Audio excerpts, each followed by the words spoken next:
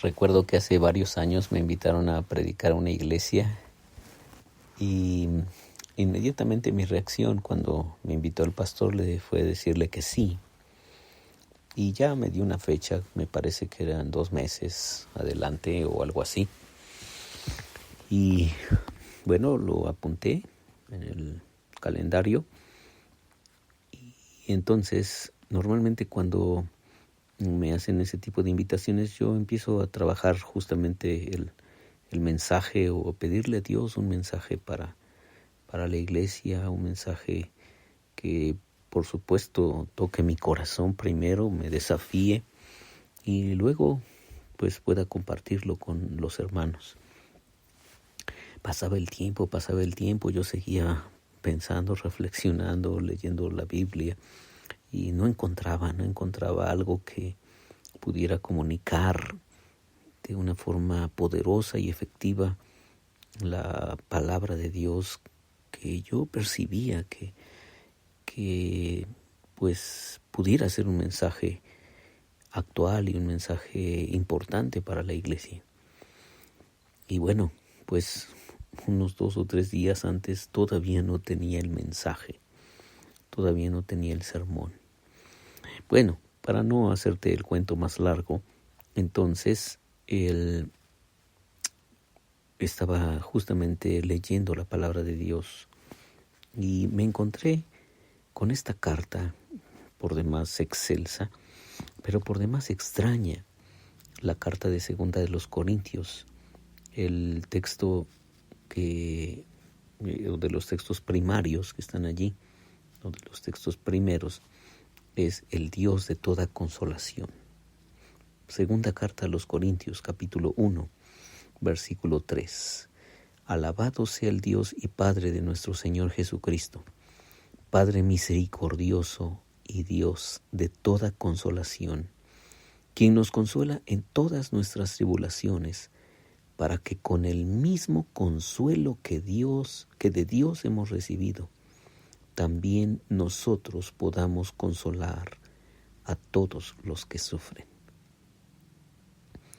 Ya de entrada aquí encontré unos extraordinarios pensamientos.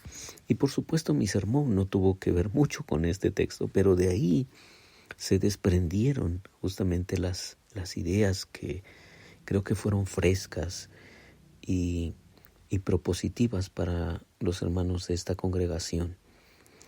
Pero déjame puntualizar el asunto de los pensamientos devocionales que surgen de aquí. Primero, cómo Pablo exalta a Dios. Su conocimiento de Dios era tal que fíjate cómo lo describe, porque la palabra de Dios es justamente para que nosotros lo conozcamos más. Por eso los predicadores o los maestros de la Biblia te decimos, lee tu Biblia, pero no porque leer la Biblia sea el fin último, no, sino porque al leer la Biblia pues nos encontramos con el autor de la Biblia, que es nuestro buen Dios. Y aquí hay unas descripciones hermosísimas de nuestro Señor. Dice, el Dios y Padre de nuestro Señor Jesucristo, Padre misericordioso y Dios de toda consolación. Mira nada más qué nombres le atribuye Pablo aquí. Padre misericordioso y Dios de toda consolación.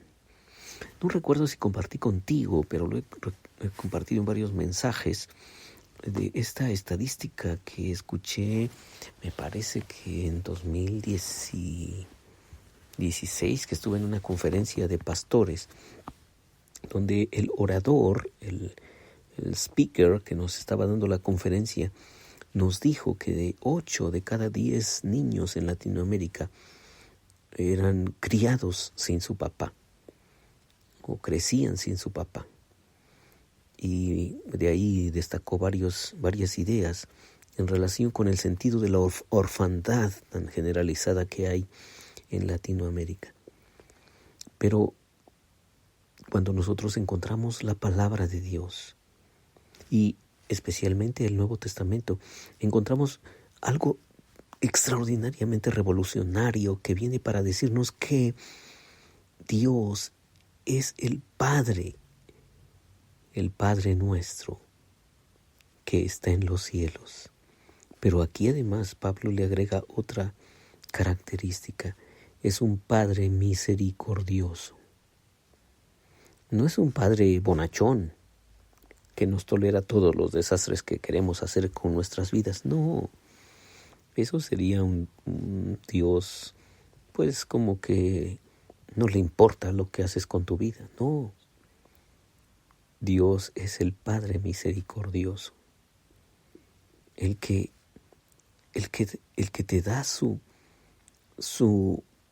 calor paternal, aun cuando tú no lo merezcas.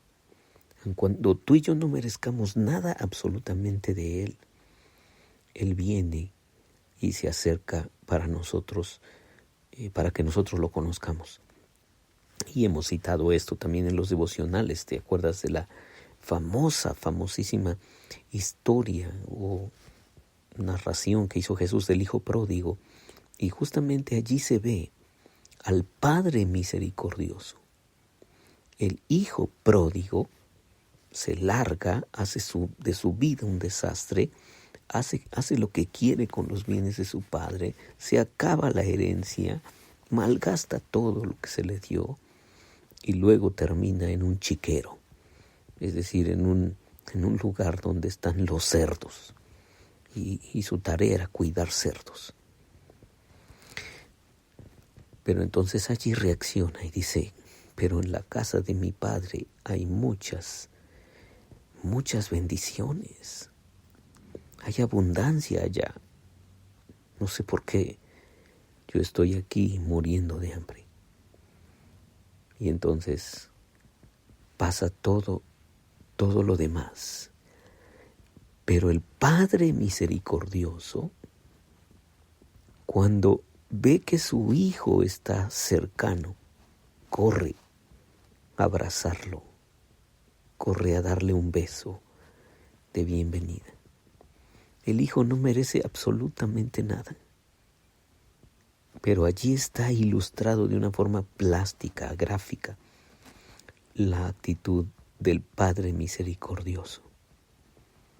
Bueno, y entonces, para muchos niños que han experimentado la orfandad, el Padre Celestial es alguien con los brazos abiertos, con el corazón abierto, con las entrañas abiertas, para derramar su misericordia, su compasión, su ternura. Bueno, San Pablo escribió esta hermosa carta, segunda a los Corintios, diciendo que el Padre nuestro, el Padre es misericordioso. Y luego dice otra característica, Dios de toda consolación. ¡Wow! No solo es misericordioso, sino también es un Dios experto en consolar. ¿Cuánto consuelo necesita un huérfano? ¿Cuánto consuelo necesita alguien que ha perdido a un ser amado? ¿Cuánto consuelo necesita alguien que está desahuciado? ¿Cuánto consuelo necesita una persona que ha atravesado crisis tras crisis en su vida? ¿Cuánto consuelo necesita alguien que por alguna situación ha perdido su trabajo o su familia, o ha perdido la salud, o ha perdido todo? Pero Dios tiene toda la consolación para derramarla en esos corazones. Así que, ¿qué tal si nos acercamos a ese Padre misericordioso y a ese Dios de toda consolación que con sus brazos abiertos nos está esperando día con día?